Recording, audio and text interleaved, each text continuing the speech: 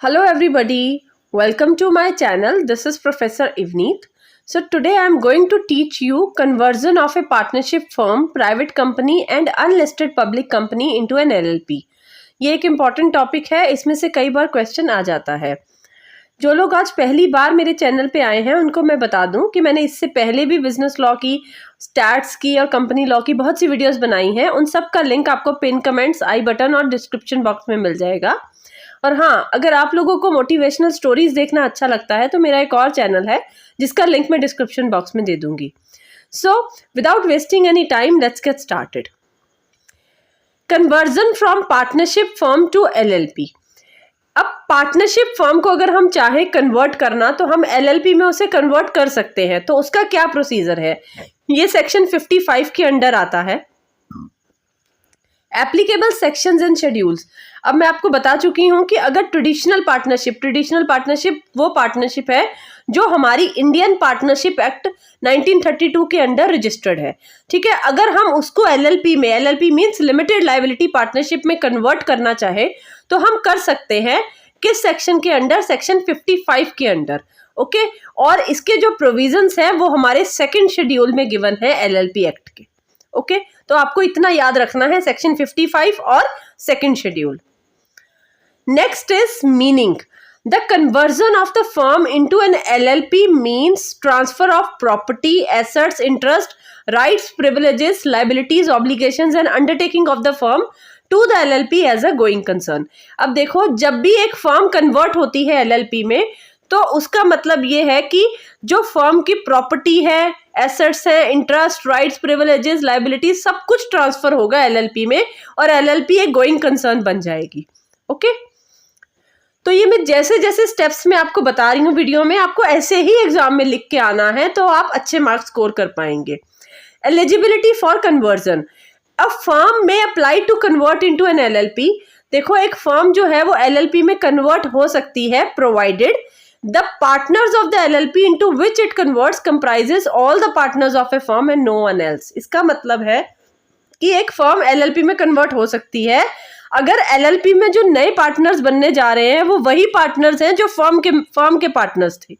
उसके अलावा कोई और बाहर का पर्सन नहीं होना चाहिए। मींस फर्म के पार्टनर्स ही LLP के पार्टनर्स बने और उसके अलावा कोई और नहीं होना चाहिए, तभी आप उसे कन्वर्ट कर सकते हो एक फर्म को LLP में। Okay, next is preparatory steps. अब क्या क्या स्टेप्स हमें फॉलो करने पड़ते हैं जब हम कन्वर्जन करते हैं एक पार्टनरशिप फर्म को LLP में। फर्स्ट इज, आपको डिसाइड करना पड़ता है कि डेजिग्नेटेड पार्टनर्स कौन होंगे, क्योंकि LLP में कम से कम 2 डेजिग्नेटेड पार्टनर्स होना बहुत जरूरी है।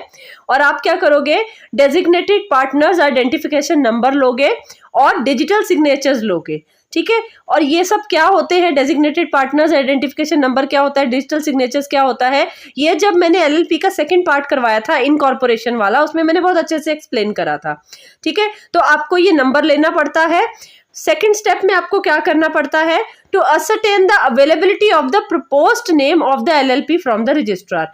आपको रजिस्ट्रार से नेम जो है आप रखने वाले हो अपने LLP का, उसको अप्रूव करवाना पड़ता है। किससे? रजिस्ट्रार से, कि जो आप LLP का नाम रखने वाले हो। Next, to get an LLP agreement. तो LLP स्टार्ट करने के लिए, उसको कन्वर्ट करने के लिए फर्म को LLP में, तो आपको LLP एग्रीमेंट बनाना पड़ेगा और साथ में आपको क्या करना पड़ेगा, इनकॉर्पोरेशन डॉक्यूमेंट्स जो है उसको ड्राफ्ट करना पड़ेगा और उसको प्रिंट करवाना पड़ेगा, जो कि हमारे LLP के इनकॉर्पोरेशन डॉक्यूमेंट्स होते हैं। ओके, नेक्स्ट आपको और क्या करना पड़ेगा, आपको ऑनलाइन एप्लीकेशन करनी पड़ेगी, अप्लाई करनी पड़ेगी। किसमें? फॉर्म नंबर 17 में। और जो ये फॉर्म नंबर 17 है ये LLP रूल्स 2009 में गिवन है। ठीक है, तो आपको ये ऑनलाइन एप्लीकेशन किसको देनी पड़ेगी फॉर्म नंबर 17 की? Registrar of the state. ठीक है, उस स्टेट का रजिस्ट्रार जिसमें आपकी LLP जो है वो सिचुएट होने जा रही है, मतलब जिसमें आपकी LLP रहेगी, जिस स्टेट में आपकी LLP रहेगी जो बनने वाली है, उस स्टेट के रजिस्ट्रार को आपको ऑनलाइन एप्लीकेशन देनी पड़ेगी फॉर्म नंबर 17 की फॉर्म में। ओके, नेक्स्ट इज, अब क्या क्या डॉक्यूमेंट्स अटैच करने हैं अपनी एप्लीकेशन के साथ।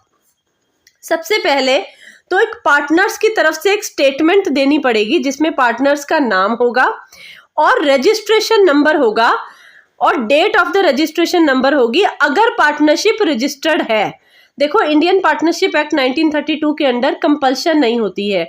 आप पार्टनरशिप को रजिस्टर करा भी सकते हो और नहीं भी करा सकते। अगर तो आपने करा रखी है तो आपको रजिस्ट्रेशन नंबर भी देना पड़ेगा जो आप स्टेटमेंट देंगे पार्टनर्स, ठीक है। अगर रजिस्टर्ड नहीं है तो फिर आपको नंबर देने की जरूरत नहीं है, ठीक है, क्योंकि कंपल्सरी नहीं होती है इंडियन पार्टनरशिप एक्ट के अंडर पार्टनरशिप को रजिस्टर कराना। ओके, तो आपको ये स्टेटमेंट देनी पड़ेगी पहले। सेकंड, आपको इनकॉर्पोरेशन डॉक्यूमेंट्स देने पड़ेंगे, ठीक है। जो इनकॉर्पोरेशन डॉक्यूमेंट्स है वो साथ में लगाने पड़ेंगे। अब ये इनकॉर्पोरेशन डॉक्यूमेंट्स कौन से होते हैं, ये भी मैंने जो एलएलपी का सेकंड पार्ट कराया है उसमें सब कुछ अच्छे से एक्सप्लेन करा है, आप वो वीडियो देख सकते हैं।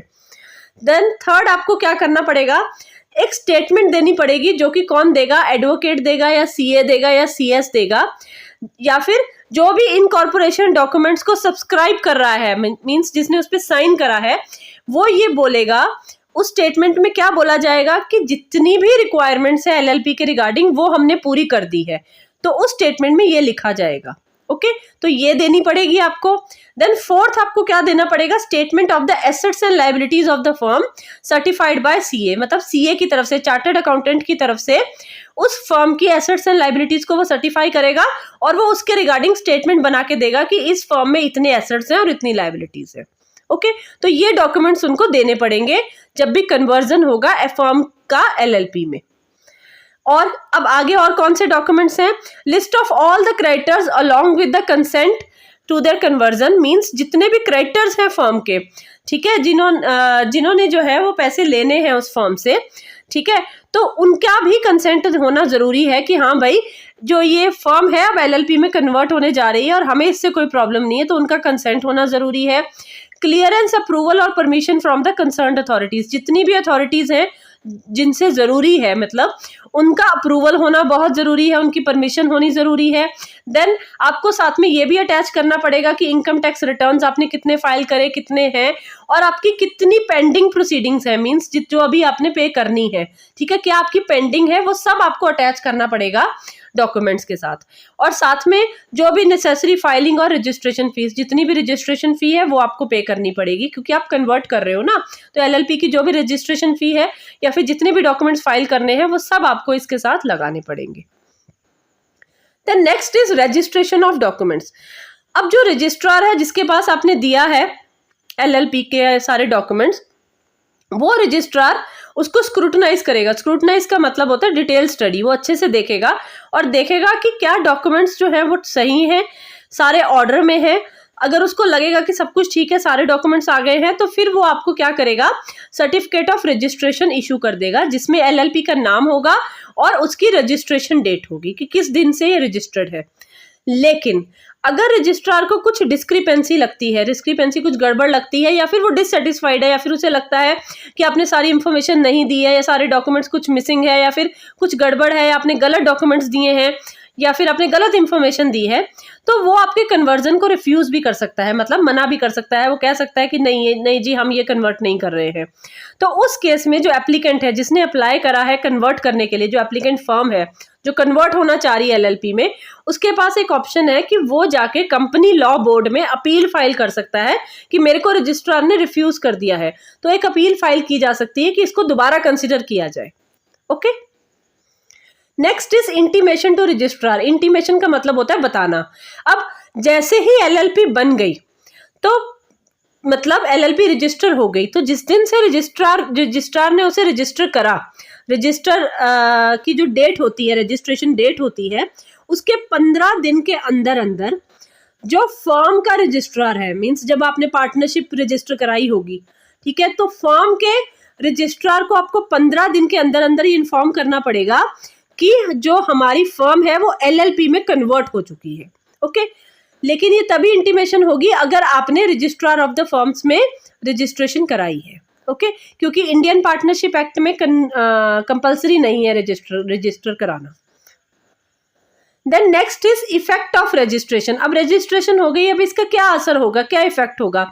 अब एक एलएलपी आ गई है एग्जिस्टेंस में, उसका नाम आ गया है और एक सर्टिफिकेट ऑफ रजिस्ट्रेशन उसे मिल चुका है।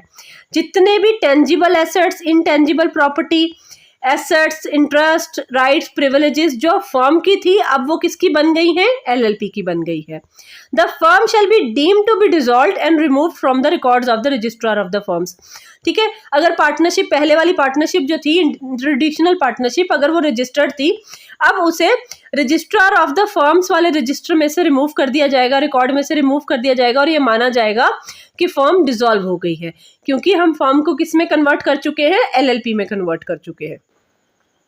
अब इसके अलावा और क्या कॉन्सिक्वेंसेस होंगे, देखो जितनी भी पेंडिंग प्रोसीडिंग्स होगी, एग्रीमेंट्स, एग्जिस्टिंग एग्रीमेंट्स मींस जो चल रहे हैं एग्रीमेंट, ठीक है, जो फर्म ने किसी के साथ करे थे, बाहर वाले के साथ एग्रीमेंट जो अभी चल रहे हैं, कॉन्ट्रैक्ट, अरेंजमेंट, अप्रूवल, जितने भी लाइसेंस, परमिट्स, अब वो फर्म की जगह अब किसके नाम पे कन्वर्ट हो जाएंगे, एलएलपी पे। ऐसा नहीं है कि वो सारे एग्रीमेंट्स खत्म हो जाएंगे, नहीं, वो कंटिन्यू होंगे, लेकिन अब फर्म के नाम पे कंटिन्यू नहीं होंगे, वो एलएलपी के नाम पे कंटिन्यू होंगे। Clear? Next is notice of conversion in correspondence. ठीक है, अब जो एलएलपी है जैसे ही वो बन गई, ठीक है, फर्म एलएलपी में कन्वर्ट हो गई, करस्पॉन्डेंस का मतलब होता है, ऑफिशियल करस्पॉन्डेंस का मतलब होता है जो ऑफिशियल लेटर्स जाती है उस एलएलपी की तरफ से, जो गवर्नमेंट को लेटर जा सकती है या फिर बाहर वाली पार्टीज को जो लेटर्स जाती है, जो ऑफिशियल लेटर जाती है उस एलएलपी की तरफ से, उसको बोलते हैं हम ऑफिशियल करस्पॉन्डेंस।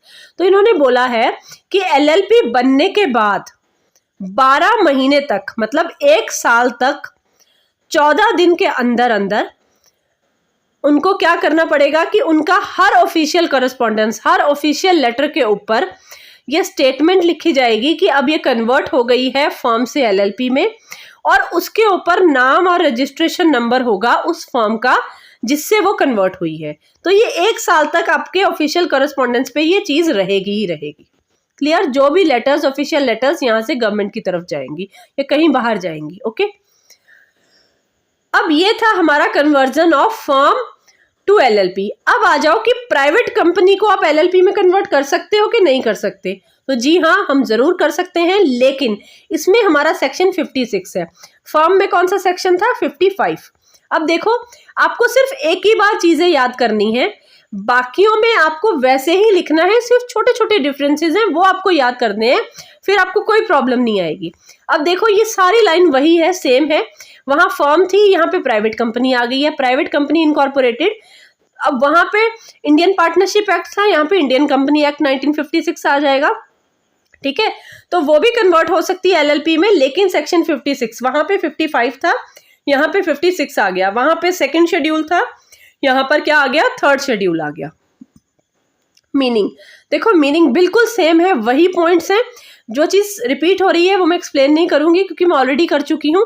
तो यहाँ पे देखो, यही डिफरेंस है, यहाँ पे फर्म की जगह क्या आ जाएगा? The conversion of private company आ जाएगा। बाकी सब सही है, सब कुछ सेम है कि जैसे ही कन्वर्ट होगा एलएलपी को, सारे प्राइवेट कंपनी की प्रॉपर्टी, एसेट्स, इंटरेस्ट सब कुछ ट्रांसफर हो जाएगा एज अ गोइंग कंसर्न, और एलएलपी एक गोइंग कंसर्न हो जाएगी। ठीक है, वैसे तो प्राइवेट कंपनी भी गोइंग कंसर्न होती है, लेकिन यह है कि इसमें यह बताया गया है कि सारे एसेट्स, इंटरेस्ट जो है वो सब ट्रांसफर हो जाएंगे, बस फर्म की जगह प्राइवेट कंपनी आ जाएगा, बाकी सब सेम है।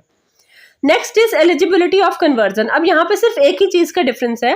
देखो, एक प्राइवेट कंपनी कन्वर्ट हो सकती है एलएलपी में अगर कोई भी सिक्योरिटी इंटरेस्ट नहीं है in its asset subsisting at the time of application. जब अप्लाई करा है प्राइवेट कंपनी ने एलएलपी में कन्वर्ट होने में, ठीक है, जैसे ही एप्लीकेशन डाली है उन्होंने कन्वर्ट करने में, तो उस समय किसी भी एसेट पे कोई वो नहीं होना चाहिए, सिक्योरिटी नहीं होनी चाहिए। जैसे कोई क्रेडिटर कोई लोन देता है, कुछ देता है ना, तो एसेट पे अगर सिक्योरिटी रख लेता है वो, ठीक है, कि पहले इस एसेट को बेच के मेरी पेमेंट होगी, तो वो चीज नहीं होनी चाहिए। अगर आप कन्वर्ट कर रहे हो तो उस चीज से आपको एसेट जो है वो बिल्कुल फ्री होने चाहिए। पहला पॉइंट ये है, बस यही डिफरेंस है, बाकी सेकंड पॉइंट बिल्कुल सेम है। The partners of the LLP to which it converts comprises of all shareholders of the company. जो पार्टनर्स होंगे एलएलपी के, वो वही पार्टनर्स बनेंगे जो कंपनी के शेयर होल्डर्स थे। ठीक है, इसके अलावा कोई बाहर का पर्सन नहीं होना चाहिए। अब ये पॉइंट भी सेम है, वहां पर भी पार्टनर्स था, लेकिन यहाँ पर शेयर होल्डर्स है, क्योंकि कंपनी में शेयर होल्डर्स होते हैं। क्लियर? बाकी सब पॉइंट सेम है। नेक्स्ट इज प्रेपरेटरी स्टेप्स, ये बिल्कुल सेम है कि आपको डेजिग्नेटेड पार्टनर्स आइडेंटिफिकेशन नंबर लेना पड़ेगा। अब कई बुक्स में ये डायरेक्टर आइडेंटिफिकेशन नंबर भी होगा, DIN भी होगा, तो कंफ्यूज नहीं होना, वही चीज़ है। ठीक है, डिजिटल सिग्नेचर आपको लेने पड़ेंगे। ठीक है, आपको नेम प्रपोज करवाना पड़ेगा कि क्या LLP का नेम होगा। ठीक है, आपको LLP एग्रीमेंट तैयार करना पड़ेगा, इनकॉर्पोरेशन डॉक्यूमेंट्स ड्राफ्ट करने पड़ेंगे, प्रिंट करने पड़ेंगे। और यहाँ पे एक डिफरेंस है, वहां पर आपको ऑनलाइन एप्लीकेशन फिल करनी पड़ेगी फॉर्म नंबर 17 में, यहाँ पर आपको फॉर्म नंबर 18 फिल करना पड़ेगा। ठीक है, और उसी रजिस्ट्रार के पास, जहां पर जिस स्टेट के रजिस्ट्रार के पास जहां पर आपकी LLP बनने जा रही है, ये सब सेम है, लेकिन यहाँ पे सिर्फ फॉर्म 18 है, वहां पे फॉर्म 17 था। देन अब कौन कौन से डॉक्यूमेंट्स लगाने हैं, ये भी बिल्कुल सेम है। वहां पर स्टेटमेंट कौन दे रहा था, पार्टनर्स दे रहे थे। अब यहाँ पे स्टेटमेंट कौन देगा, शेयर होल्डर्स देंगे, जिसमें नाम होगा, रजिस्ट्रेशन नंबर होगा और कंपनी का इनकॉर्पोरेशन की डेट होगी। ओके, तो ये स्टेटमेंट देनी पड़ेगी, साथ में इनकॉर्पोरेशन डॉक्यूमेंट्स देने पड़ेंगे, साथ में एक स्टेटमेंट देनी पड़ेगी CS की तरफ से। ये बिल्कुल वही सेम है कि सारी जो रिक्वायरमेंट है वो पूरी कर दी गई है LLP के रिगार्डिंग। ठीक है, और एक CA जो है वो एसेट्स और लाइबिलिटीज उस कंपनी के सर्टिफाई करके एक स्टेटमेंट देगा कि इस कंपनी के पास, इस प्राइवेट कंपनी के पास ये एसेट्स और ये लाइबिलिटीज है। ओके, देन सारे क्रेडिटर्स जो है वो अपना कंसेंट देंगे, क्लियरेंस, अप्रूवल, परमिशन, ये सब सेम है। इनकम टैक्स रिटर्न्स और जितनी भी पेंडिंग प्रोसीडिंग्स है उसके रिगार्डिंग, और रजिस्ट्रेशन फी आपको पे करनी पड़ेगी। तो ये सेम है, सिर्फ आपको एक ही बार याद करना है और बाकी में सिर्फ छोटी छोटी पॉइंट्स याद रखना, तो आपको तीनों याद हो जाएंगे। देन रजिस्ट्रेशन डॉक्यूमेंट्स, ऑब्वियसली वही पॉइंट है, बिल्कुल सेम स्लाइड है ये, कि रजिस्ट्रार जो है वो स्क्रूटनाइज करेगा सारे डॉक्यूमेंट, और अगर उसे लगेगा कि हाँ भाई सब कुछ ऑर्डर में है तो वो सर्टिफिकेट ऑफ रजिस्ट्रेशन दे देगा। लेकिन अगर उसको कुछ गड़बड़ लग रही है तो वो रिफ्यूज कर देगा आपके कन्वर्जन को, और उसकी अपील जो है वो आप कंपनी लॉ बोर्ड के अगेंस्ट, कंपनी लॉ बोर्ड को अपील दे सकते हो कि मुझे जो है वो रजिस्ट्रार ने रिफ्यूज कर दिया है। तो सेम है बिल्कुल। Then intimation to registrar, obviously वही पॉइंट है, बिल्कुल सेम है ये भी, कि यहाँ पर भी जैसे ही LLP रजिस्टर होगी आपको 15 दिन के अंदर अंदर रजिस्ट्रार ऑफ द कंपनीज के पास ये बताना पड़ेगा कि हाँ भाई हमारी प्राइवेट कंपनी अब LLP में कन्वर्ट हो चुकी है। ठीक है, वहां पर रजिस्ट्रार ऑफ द फर्म था और यहाँ पर रजिस्ट्रार ऑफ द कंपनीज है। बस ये छोटे छोटे पॉइंट्स आप याद रखना। देन इफेक्ट ऑफ रजिस्ट्रेशन, ये बिल्कुल सेम है कि LLP का अपना नाम बन जाएगा, एक नई रजिस्ट्रेशन जो नई LLP है जो वो बन जाएगी। ठीक है, और उसका सर्टिफिकेट ऑफ रजिस्ट्रेशन उनको मिल जाएगा। सारे tangible intangible property, assets, liabilities, interest private company की जो थी वो LLP की बन जाएंगी अब। ठीक है, और ये कंपनी मानी जाएगी कि कंपनी डिसॉल्व हो गई है, और रजिस्ट्रार ऑफ द कंपनीज जो है वो अपने रिकॉर्ड से उस प्राइवेट कंपनी को हटा देगा क्योंकि वो LLP में कन्वर्ट हो चुकी है। देन अदर कॉन्सिक्वेंस, बिल्कुल सारे पेंडिंग प्रोसीडिंग्स जितनी भी है, कॉन्ट्रैक्ट एग्रीमेंट जो चल रहे थे एक प्राइवेट कंपनी के, अब वो किसके बन जाएंगे, LLP के बन जाएंगे।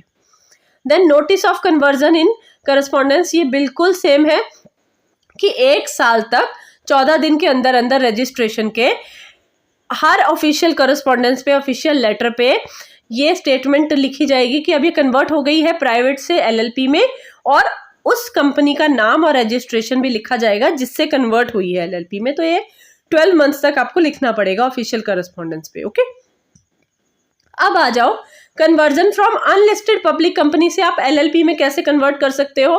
तो ये हमारा सेक्शन 57 के अंडर आता है। इसमें भी देखो सेम पॉइंट्स हैं, बस छोटी छोटी चीजों का डिफरेंस है, वो आपको याद रखना है। देन एप्लीकेबल सेक्शंस बिल्कुल सेम, बस फर्क इतना है यहाँ पर 57 सेक्शन है, सेक्शन 57 के अंडर होता है, और 4th शेड्यूल है। ठीक है, फर्स्ट वाले में क्या था, फर्म के केस में 2nd शेड्यूल था, प्राइवेट कंपनी के केस में 3rd शेड्यूल था, और अनलिस्टेड पब्लिक कंपनी के केस में 4th शेड्यूल है। ठीक है, तो 2nd, 3rd एंड 4th ये याद रखना है आपको। देन मीनिंग बिल्कुल सेम, कि जैसे ही वो कन्वर्ट होगी तो सारी प्रॉपर्टी कन्वर्ट हो जाएगी LLP के नाम पे, सारे एसेट्स, लाइबिलिटीज, राइट्स, प्रिविलेजेस सब जो है वो LLP के नाम पे कन्वर्ट हो जाएगी। बिल्कुल सेम स्लाइड है। देन एलिजिबिलिटी ऑफ कन्वर्जन बिल्कुल सेम है जो हमने प्राइवेट कंपनी में पढ़ी थी, ये सेम है कि कोई सिक्योरिटी इंटरेस्ट नहीं होना चाहिए। ठीक है, और वही जो पार्टनर्स ऑफ LLP है वही बनेंगे जो कंपनी के शेयर होल्डर्स थे, और उनके अलावा कोई नहीं होगा। देन प्रेपरेटरी स्टेप्स बिल्कुल सेम है, ये मैं दोबारा एक्सप्लेन नहीं करूंगी, वही designated number, partners identification number होना चाहिए, डिजिटल सिग्नेचर सर्टिफिकेट होना चाहिए, ठीक है, अवेलेबिलिटी होनी चाहिए, प्रपोज नेम जो आप रखना चाह रहे हो नाम डिसाइड करोगे, एलएलपी एग्रीमेंट डिसाइड करोगे, इनकॉर्पोरेशन डॉक्यूमेंट्स जो है वो ड्राफ्ट करोगे, प्रिंट करोगे। अब यहाँ पर भी जो ऑनलाइन एप्लीकेशन है वो फॉर्म नंबर 18 में ही आपको फिल करनी है, ठीक है। तो पहले वाले में 17 था, देन दोनों में 18 था, प्राइवेट कंपनी में भी और अनलिस्टेड पब्लिक कंपनी में भी, बस यही डिफरेंस है। देन डॉक्यूमेंट्स कौन से अटैच करने, बिल्कुल सेम स्टेटमेंट जो है वो शेयर होल्डर्स देंगे, जिसमें कंपनी का अनलिस्टेड पब्लिक कंपनी का नाम होगा, रजिस्ट्रेशन नंबर होगा और उसकी इनकॉर्पोरेशन डेट होगी।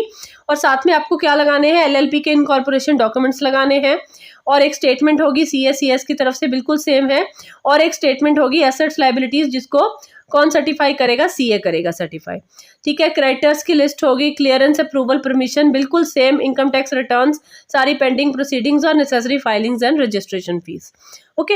अब रजिस्ट्रेशन ऑफ द डॉक्यूमेंट्स, ठीक है, तो इसमें भी रजिस्ट्रार को अगर लगेगा कि हाँ भाई सारे डॉक्यूमेंट्स ऑर्डर में है तो वो आपको सर्टिफिकेट ऑफ रजिस्ट्रेशन दे देगा, लेकिन अगर उसको लगेगा कि हाँ कुछ गड़बड़ है तो वो आपको रिफ्यूज कर देगा, ठीक है। उसकी अपील आप कंपनी लॉ बोर्ड को कर सकते हो। देन इंटीमेशन, बिल्कुल 15 दिन के अंदर अंदर आपको रजिस्ट्रार ऑफ द कंपनीज को बताना पड़ेगा कि हम कन्वर्ट हो चुके हैं, हम एलएलपी बन चुके हैं। देन अब रजिस्ट्रेशन का क्या इफेक्ट है कि एलएलपी बन जाएगी, सारी इंटेंजिबल प्रॉपर्टी ट्रांसफर हो जाएगी, ठीक है, और कंपनी जो है अनलिस्टेड पब्लिक कंपनी डिसॉल्व मानी जाएगी कि हाँ भाई अब वो बंद हो गई है, और उसका जो है नाम जो है वो रिकॉर्ड से हटा दिया जाएगा। और कौन हटाएगा उसे, रजिस्ट्रार ऑफ द कंपनीज हटाएगा। देन अदर कॉन्सिक्वेंसेज, जो भी पेंडिंग कॉन्ट्रैक्ट चल रहे हैं, एग्रीमेंट चल रहे हैं जो अनलिस्टेड पब्लिक कंपनी के थे, अब वो किसके बन जाएंगे, एलएलपी के बन जाएंगे। Then notice of the conversion in correspondence, official correspondence में 1 साल तक 14 दिन के अंदर अंदर आपको ये लिखना पड़ेगा कि वो कन्वर्ट हो गई है एलएलपी में, और नाम और रजिस्ट्रेशन नंबर आपको देना पड़ेगा उस कंपनी का जिससे वो कन्वर्ट हुई है, ओके। तो सेम है, ठीक है, मैंने बहुत इजी करके आपको बताया है। आई होप आपको बिल्कुल ये क्लियर हो गया होगा।